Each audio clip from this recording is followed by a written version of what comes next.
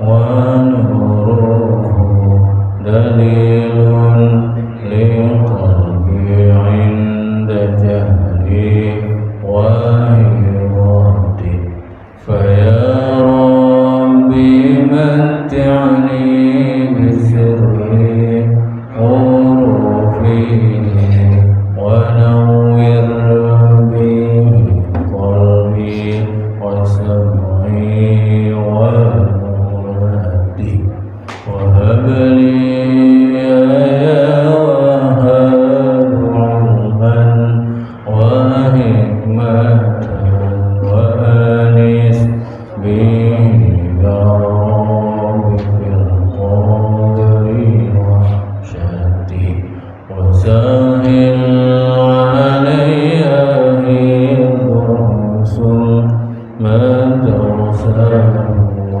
بجاه النبي والآل ثم الصحابة سمعت دعائي يا إلهي فاجد لنا بنيل المنى واختم لنا بالسعادة آمين.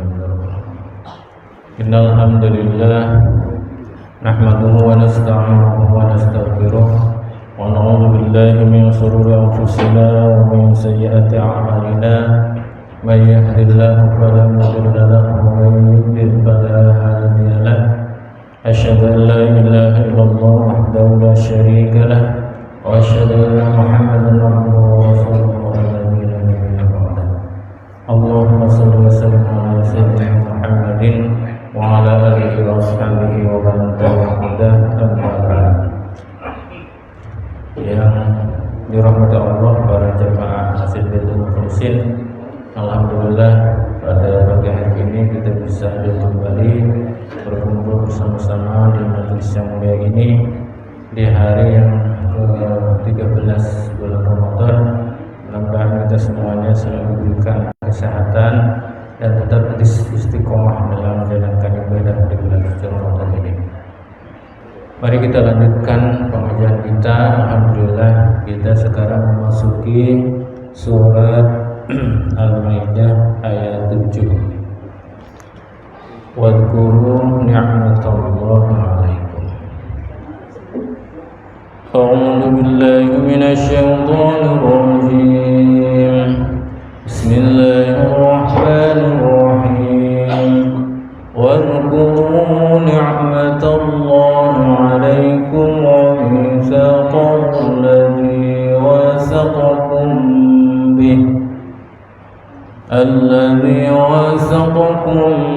به إن قلتم سمعنا وأطعنا واتقوا الله إن الله عليم بذات الصدور يا أيها الذين آمنوا كونوا قوامين لله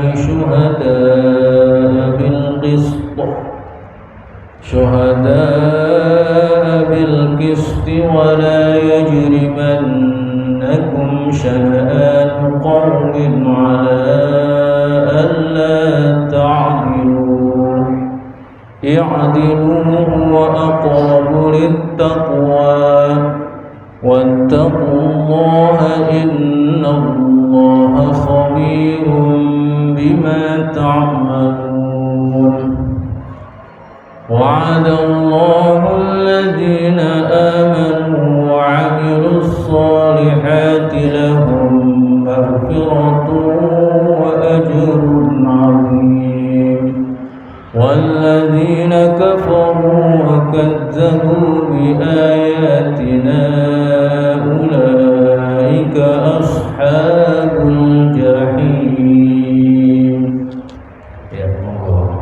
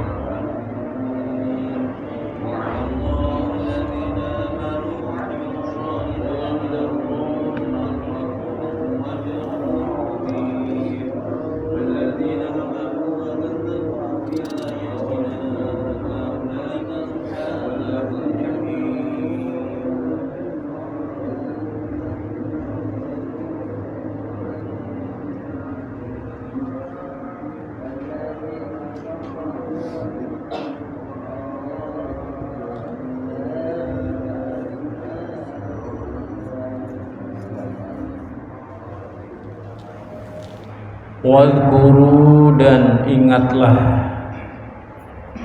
oleh kalian ni'matallahi, akan nikmat Allah, alaikum, atas kalian, bil islami, dengan agama Islam. Jadi di awal ayat ini Allah mengingatkan kepada kita untuk memperbanyak mengingat-ingat nikmat yang telah Allah berikan kepada kita, orang-orang mukmin. Jadi apapun yang telah Allah berikan kepada kita berupa nikmat, maka Allah memerintahkan supaya kita memperbanyak mengingat-ingat nikmat itu sebagai bentuk syukur kita kepada Sang Pemberi nikmat, siapa? Yaitu Allah Subhanahu wa Ta'ala. Jadi kalau kita sering menyebut-nyebut atau mengingat-ingat nikmat-nikmat yang Allah berikan kepada kita, memang itu hal yang sangat baik sekali dan memang diperintahkan oleh Allah Subhanahu wa Ta'ala. Coba direnungi oleh kita selama kita hidup, bukankah sudah banyak sekali nikmat-nikmat yang telah Allah berikan kepada kita?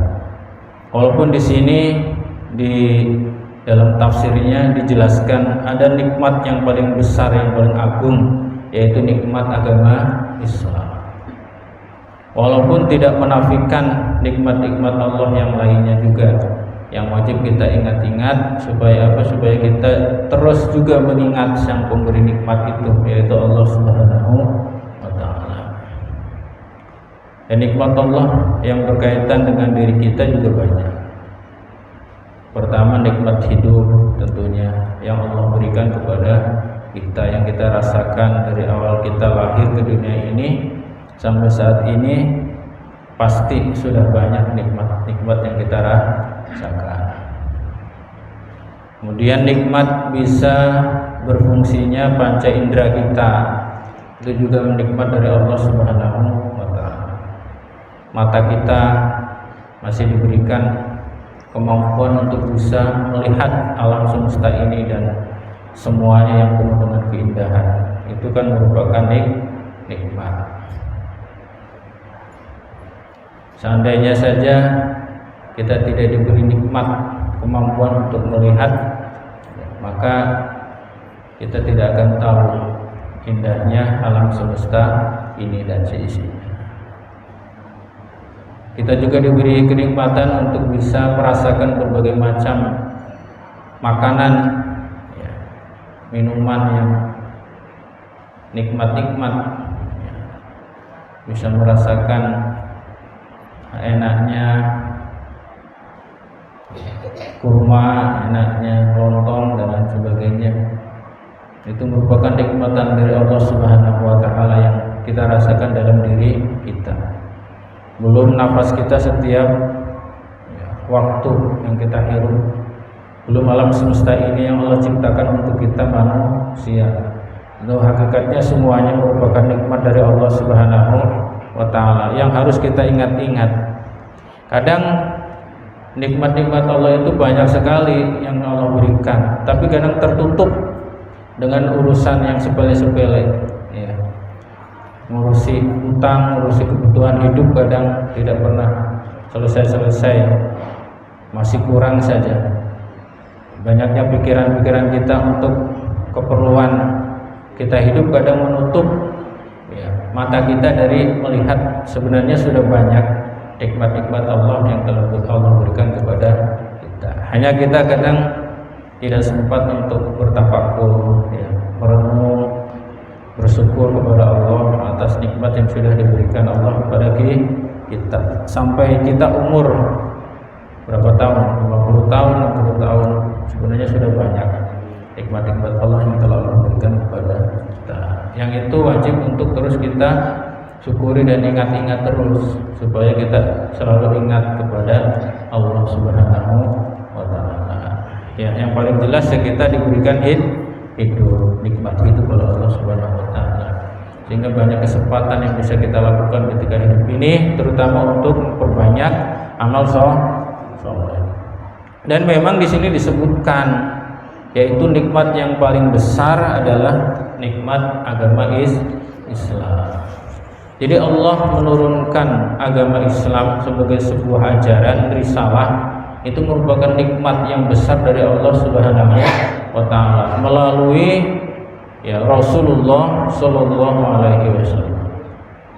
Jadi wahyu Allah yang Allah turunkan berupa risalah, ajaran-ajaran agama Islam kepada Nabi Muhammad disampaikan kepada kita, yang menjadi pegangan hidup kita, itu merupakan nikmat yang besar dari Allah Subhanahu wa taala.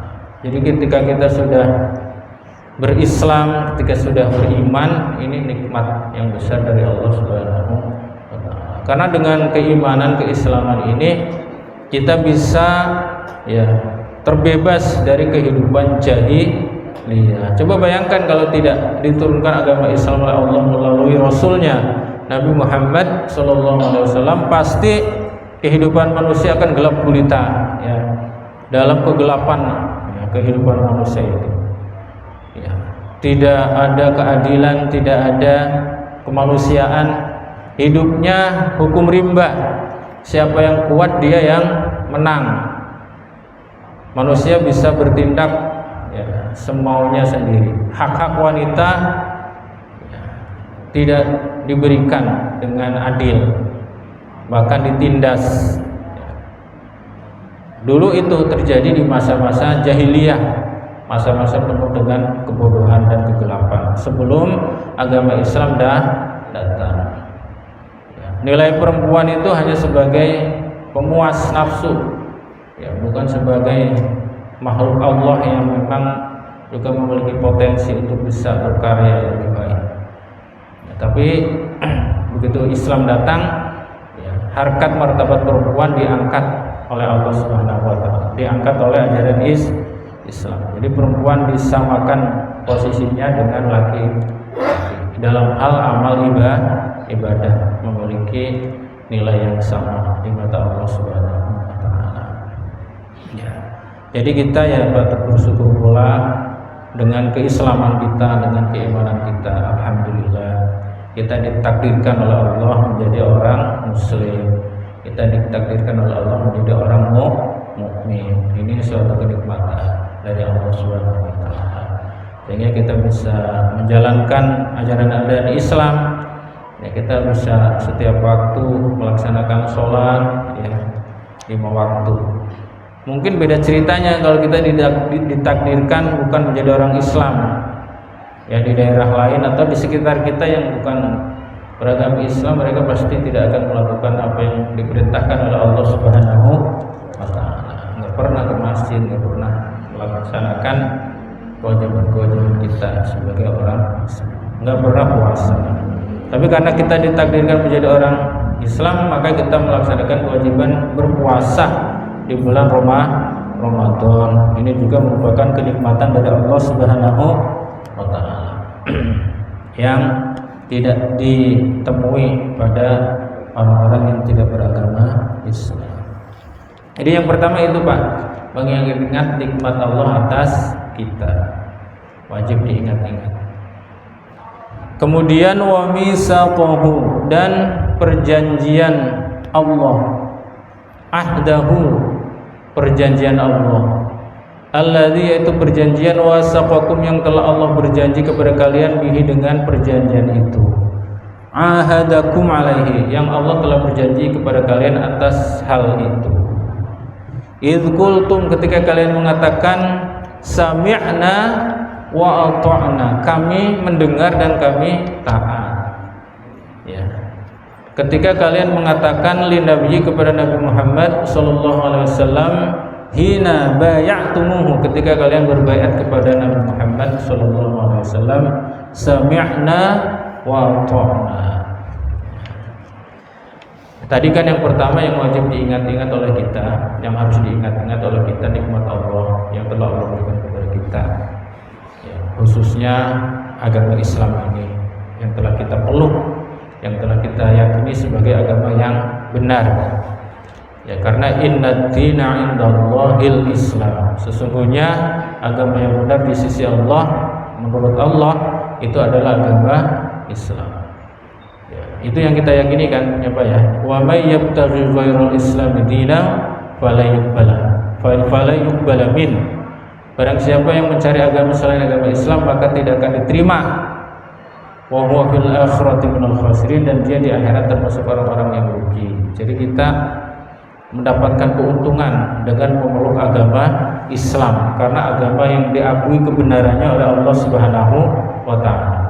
Karena agama yang lain itu tidak diakui kebenarannya oleh Allah Subhanahu wa taala setelah datangnya agama Islam. Karena agama Islam menasakh, ya, menghapus agama-agama yang, kecuali agama-agama yang Allah turunkan dulu sesuai dengan waktu dan zamannya, yaitu tetap diterima. Hanya ketika Islam sudah datang, maka semua agama wajib untuk mengikuti agama Islam. Jadi orang-orang yang beragama Islam dia beruntung, kata Allah Subhanahu wa taala. Beruntung karena dia mendapatkan nikmat yang besar dari Allah, bisa menempuh jalan petunjuk, jalan kebenaran yang akan menghantarkan dia keselamatan di dunia sampai di akhirat.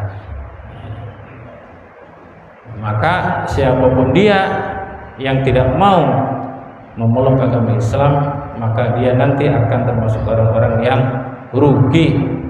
Wa huwa bil akhirati minal khasirin. Jadi rugi. Tapi alhamdulillah kita semuanya di sini termasuk orang-orang yang benar-benar memegang teguh ajaran agama Islam. Jadi insya Allah kita termasuk orang-orang yang beruntung. Kemudian yang kedua yang diingatkan oleh Allah, itu yang harus kita ingat-ingat, yaitu perjanjian Allah dengan kita. Ya, ketika kita mengatakan sami'na wa ata'na, kami mendengar, kami taat. Jadi ada perjanjian antara kita dengan Allah, Pak. Nah, di sini dijelaskan apa sih maksudnya perjanjian Allah dengan kita ketika kita mengatakan sami'na wa ata'na.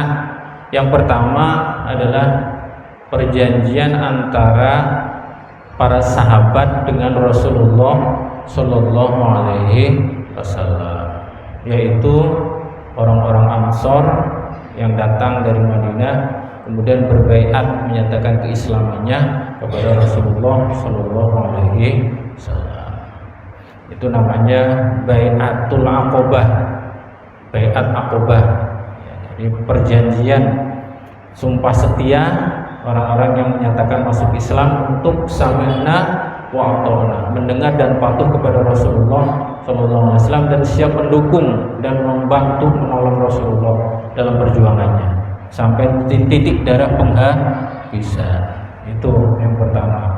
Ayat ini ditujukan untuk orang Islam yang waktu itu para sahabat menyatakan diri masuk Islam dan siap mendukung perjuangan Rasulullah SAW. Ya. Ketika berbaiat ya kepada Rasulullah SAW, bersumpah kepada Rasulullah SAW untuk sami'na wa ata'na dan siap mendukung perjuangan penuh Rasulullah SAW. Kemudian yang kedua juga ada peristiwa bai'atur Ridwan, ya, perjanjian Ridwan, ya, tahta syajarah, di bawah-bawah, yaitu ketika orang-orang musyrik menghalangi Rasulullah masuk ke Mekah ingin melaksanakan ibadah haji. Nah, di situ kemudian Rasulullah membaiat para sahabatnya yang ikut akan melaksanakan ibadah haji untuk tidak mundur, walaupun dihalang-halangi oleh orang musyrik, kita tetap akan maju, tidak mundur dan siap menghadapi berbagai kemungkinan sampai bisa masuk ke Mekah. Jadi ada dua peristiwa bai'ah di sini di dalam tafsir dijelaskan, yaitu yang pertama bai'ah Aqobah, perjanjian Aqobah, yang kedua bai'atur Ridwan, yaitu perjanjian Ridwan. Nah, ini harus diingat-ingat peristiwa ini oleh umat Islam setelahnya, ya, sebagai bukti perjanjian antara Allah dan umat Islam. Walaupun baiat itu dilakukan oleh sahabat dengan Rasulullah, tetapi kan pada hakikatnya perjanjian itu antara dia dengan Allah Subhanahu wa taala. Karena ya di dalam Al-Qur'an disebutkan innalladzina yubayyi'unaka innama yubayyi'unallah. Sesungguhnya orang-orang yang berbaiat kepada engkau Muhammad pada hakikatnya sebenarnya dia berbaiat kepada Allah. Innalladzina yubayyi'unaka innama yubayyi'unallah. Jadi orang-orang yang berbaiat kepada Nabi Muhammad pada hakikatnya berbaiat kepada Allah karena mengatasnamakan Allah untuk memperjuangkan agama Allah. Ya, jadi peristiwa itu oleh Allah diperintahkan oleh umat Islam untuk diingat-ingat ya, sebagai sumpah setianya para sahabat umat Islam pada waktu itu untuk sami'na wa ata'na, mendengar dan patuh kepada Rasulullah sallallahu alaihi wasallam. Maksudnya mendengar dan patuh itu fi kulli ma ta'mur bihi, ya dalam setiap apa-apa yang kalian perintahkan, ya, engkau perintahkan, wa tanha, dan kamu larang, mimma nuhibbu wa nakrah. Jadi apapun yang diperintahkan oleh Rasulullah akan ditaati, dan apapun yang dilarang oleh Rasulullah akan dihindari, walaupun itu dicintai ataupun disukai atau dibenci. Jadi harus bisa menundukkan hawa nafsu ketika ya mengikuti ketaatan kepada Rasulullah sallallahu alaihi wasallam. Kalau memang itu sudah menjadi perintah Rasulullah, ya sudah diikuti walaupun tidak disukai. Ya. Begitu pula sebaliknya, kalau memang itu sudah dilarang oleh Rasulullah sallallahu alaihi wasallam, ya itu harus dihindari dan ditinggalkan walaupun itu disukai. Ya. Nah, kalau yang dibenci itu apa? Seperti peperangan. Nah, pada dasarnya manusia itu membenci peperangan karena peperangan itu akan menimbulkan korban. Ya. Tapi kalau memang Rasulullah sudah memerintahkan untuk berperang menghadapi orang musyrik atau orang-orang kafir, ya tetap harus taat, harus sami'na wa ata'na. Ya. Walaupun resikonya berat, yaitu harus ya, mengorbankannya nyawa dan harta. Contoh yang tidak disukai zakat. Ya. Zakat itu di sini dijelaskan zakat mengeluarkan harta. Biasanya orang kan lebih mencintai harta ya, dan agak kikir untuk mengeluarkannya, baik yang bersifat wajib maupun yang bersifat sunnah. Ketika Allah menurunkan perintah, Rasulullah memerintahkan untuk mengeluarkan zakat, walaupun hatinya tidak menyukainya, ya tetap harus dilaksanakan. Itu sebagai bukti sami'na wa ata'na. Nah, itu Pak. Jadi apapun yang menjadi keputusan Allah dan Rasulnya, baik itu disukai atau tidak, harus dilaksanakan. Kalau memang sudah menyatakan diri perjanjian dengan Allah, ya untuk sami'na wa ata'na. Nah, itu yang pertama. Tetapi kalau kita melihat bahwa perjanjian itu terjadi antara para sahabat dengan Rasulullah di masa itu, lalu bagaimana perjanjian dengan umat Islam setelahnya yang masuk terhadap pengertian ayat ini? Ternyata ada perjanjian lagi di antara manusia dengan Allah di luar yang terjadi di masa sahabat. Yaitu apa? Yaitu perjanjian di alam arwah antara kita dengan Allah. Ya, dulu di alam arwah itu kan kita pernah diminta kesaksian oleh Allah. Ya, di dalam surat Al-A'raf ya kalau tidak salah, Allah berfirman, "A'udzubillahi minasyaitonirrajim. Bismillahirrahmanirrahim. Wa in akhadha rabbuka min bani adama min zuhurihim dzurriyyatahum wa asyhadahum 'ala anfusihim alastu bi rabbikum qalu bala syahiduna an taqulu yaumal qiyamati inna kunna an hadza ghafilin."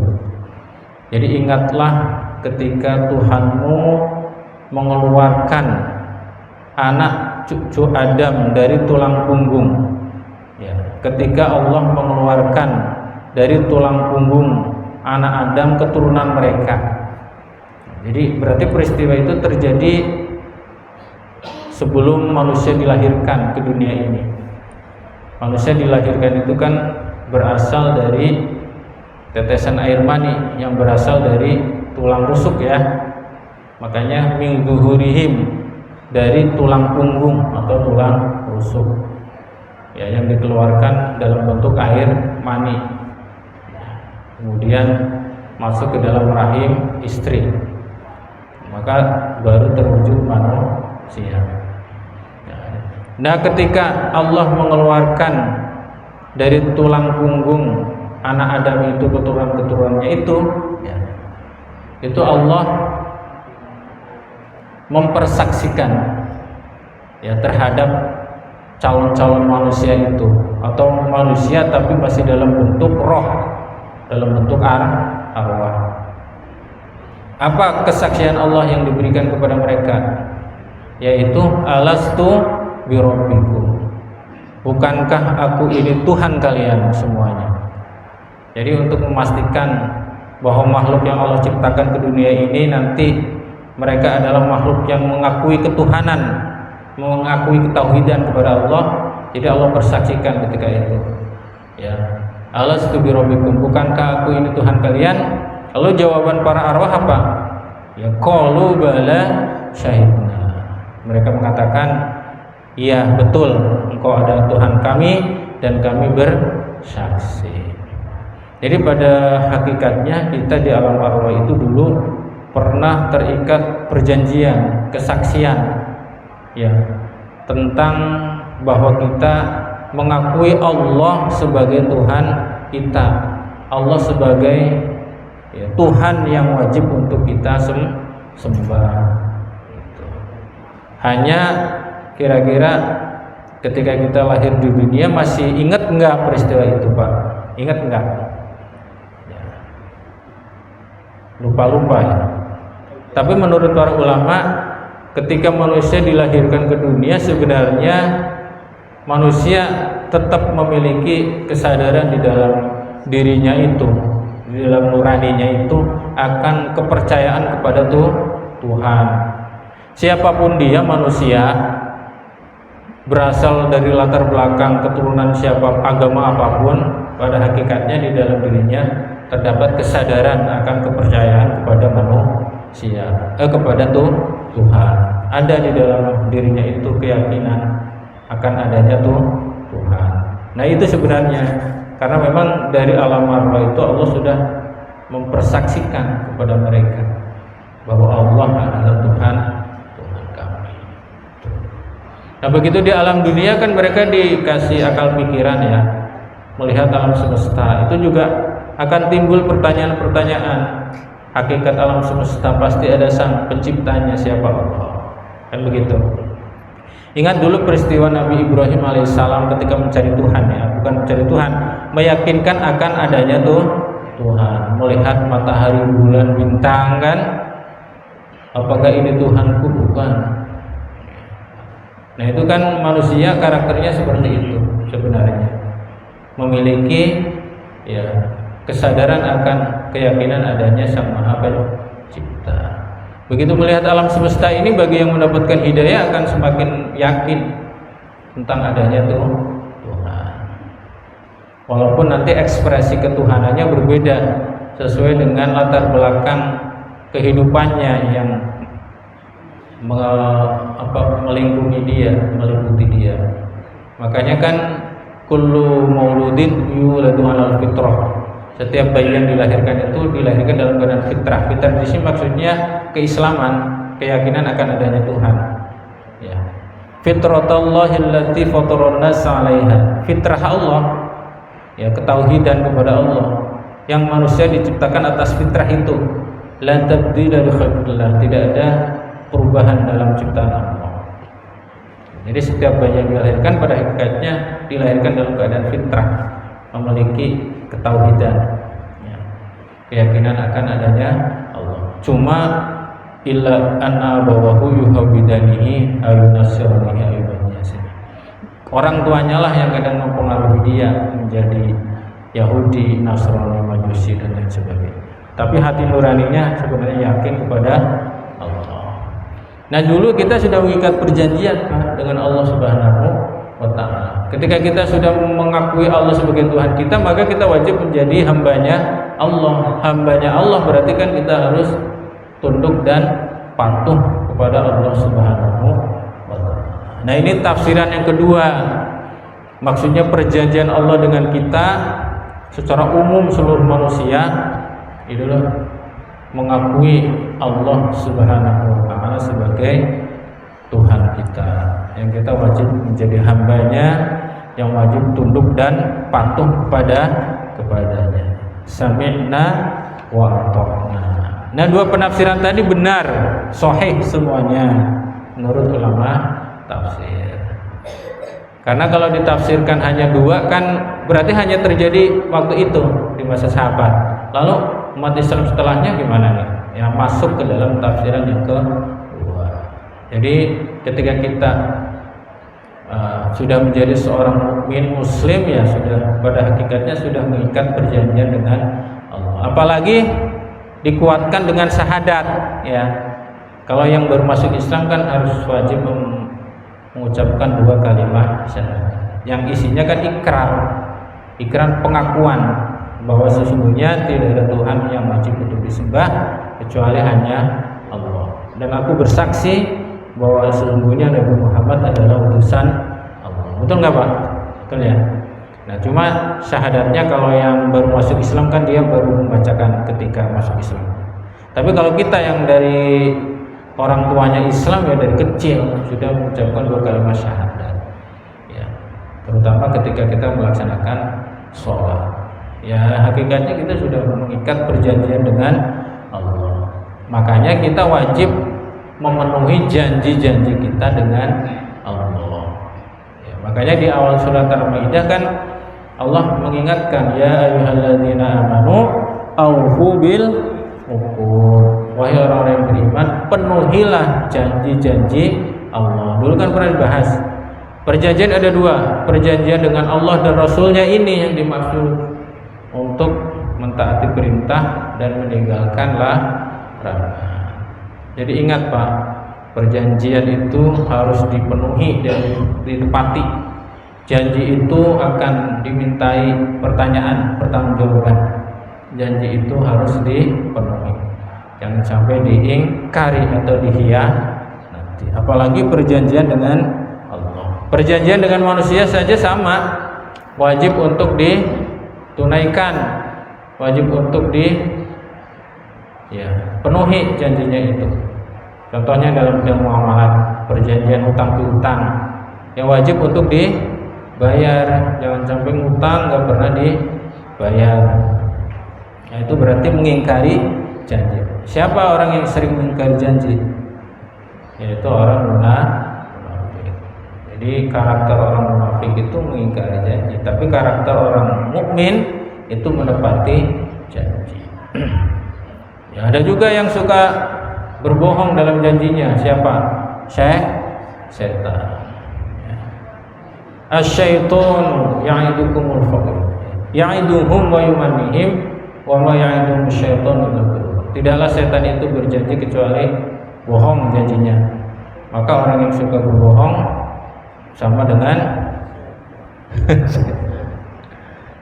tinggal pilih mau menepati janji atau mengingkari janji, baik sesama manusia maupun apalagi perjanjian dengan Allah. Jadi kita diingatkan oleh Allah Pak, kita sudah punya perjanjian dengan Allah, jangan sampai sering melalaikan.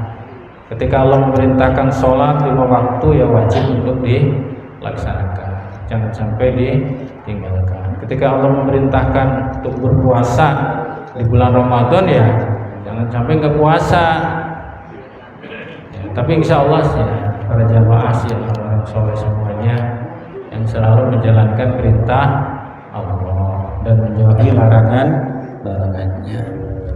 Ya, paham ya Pak ya? Wattaqullah, dan bertakwalah kalian semuanya kepada Allah, ya. Takutlah kalian kepada Allah. Fi misakihi, ya, dalam menjaga perjanjian itu tadi. Takut untuk apa? Antang kutubu, jangan sampai kita membatalkan atau memutuskan perjanjian kita dengan Allah. Karena menyangkut keselamatan hidup kita, menyangkut nasib hidup kita, perjanjian dengan Allah itu. Karena perjanjian antara kita dengan Sang Penciptanya. Kita mau hidup selamat atau sengsara, ya nanti di dunia dan akhirat, ya tergantung kita, komitmen kita dalam memegang perjanjian kita dengan Allah, ya. Innallaha alimun bidzatitis sudur, sesungguhnya Allah itu maha mengetahui apa yang ada di dalam dada, ya. Takwa itu di dalam dada, ya. Kesadaran kita untuk mensyukuri nikmat Allah juga di dalam dada, maksudnya di dalam hati. Bima fil qulub, yaitu apa-apa yang ada di dalam hati. Jadi komitmen kita pasti akan diketahui oleh Allah Subhanahu wa ta'ala. Ya, kalau Allah maha mengetahui apa yang ada di dalam hati kita, yang kadang manusia itu tidak tahu. Kita kan tidak tahu ya hati manusia, ya. Sesuatu yang sulit untuk kita deteksi, kita lihat itu kan hati. Walaupun kadang hati bisa ditunjukkan oleh perilaku zahir, tapi kan tidak mesti pas. Ada sesuatu yang tersembunyi, kadang kita tidak bisa menebak, ya. Tetapi ingat, ada yang tahu isi hati kita. Siapa? Yaitu Allah Subhanahu wa ta'ala. Kalau sesuatu yang tidak tampak oleh manusia saja Allah tahu, apalagi sesuatu yang lainnya. Fa bi ghairihi aula, ya. Itulah para jemaah semuanya penjelasan pada ayat ke-7, mudah-mudahan bisa kita pahami dan kita resapi, mudah-mudahan bisa meningkatkan keimanan kita kepada Allah Subhanahu wa ta'ala. Ini baru satu ayat nih, sudah sampai ke jam 6. Ya, bentar lagi ya, khawatir pada ngantuk nih, ya. Hari Minggu libur ya. Ya, buat nyantai lah, ya. Ini masih ada 2 ayat atau 4 ayat ya, tapi mungkin karena sudah agak siang nih, barangkali ada yang akan melakukan aktivitas yang lainnya. Mudah-mudahan bisa kita lanjutkan pada pertemuan yang akan datang minggu depan, ya. Minggu terakhir kayaknya ya, minggu depan ya. Ya, minggu terakhir kita selesaikan. Mudah-mudahan kita bisa bertemu kembali. Itu saja mungkin ya para jemaah semuanya, mudah-mudahan bermanfaat. A'udzu billahi minasyaitonir rajim. Bismillahirrahmanirrahim. Alhamdulillahirabbil alamin. Alhamdulillahi mazidah. Ya Rabbana lakal hamdu kama yanbaghi li jalali karim wa 'azimi sultanik. Allahumma shalli wa sallim ala sayyidina Muhammad wa ala ali sayyidina Muhammad. Allahumma arzuqna hifdzal Qur'an wa hifdza asnafil ilmi wa fununihi wa sabbit fi qulubina wasta'mil biha badana fi laylina wa nahrina badal waqtana. Allahumma arzuqna fatawafana fi Qur'an al-'azim wa nurana tadbi ila siratal mustaqim. Wa shrah li sadri wa yassir li amri wa hlul 'uqdatam min lisani wa ahlul qalbi wa nawwirhu bi nuri rahmatika ya Allah ya rabbal alamin. Allahumma arzuqna tula amrin wa hitimah sihhati wal afiyati husni amal wa ilman nafi'a amalan mutaqabbalan hani'an mari'a tughnina biha man siwak wa salamatan fid darain wa farajan ajilan makhrajan min kulli shiddatin wa subah wa sutran jamilan wa shanan jizan shifaa'an min kulli da'in wa maradin wa saqam wa arzuqna al-'afiyata wa husnal khatimah. Wa sallallahu ala sayyidina Muhammad wa alihi wa sahbihi wa sallam. Subhana rabbika rabbil izzati amma yasifun wa salamun alal mursalin walhamdulillahi rabbil alamin. Allah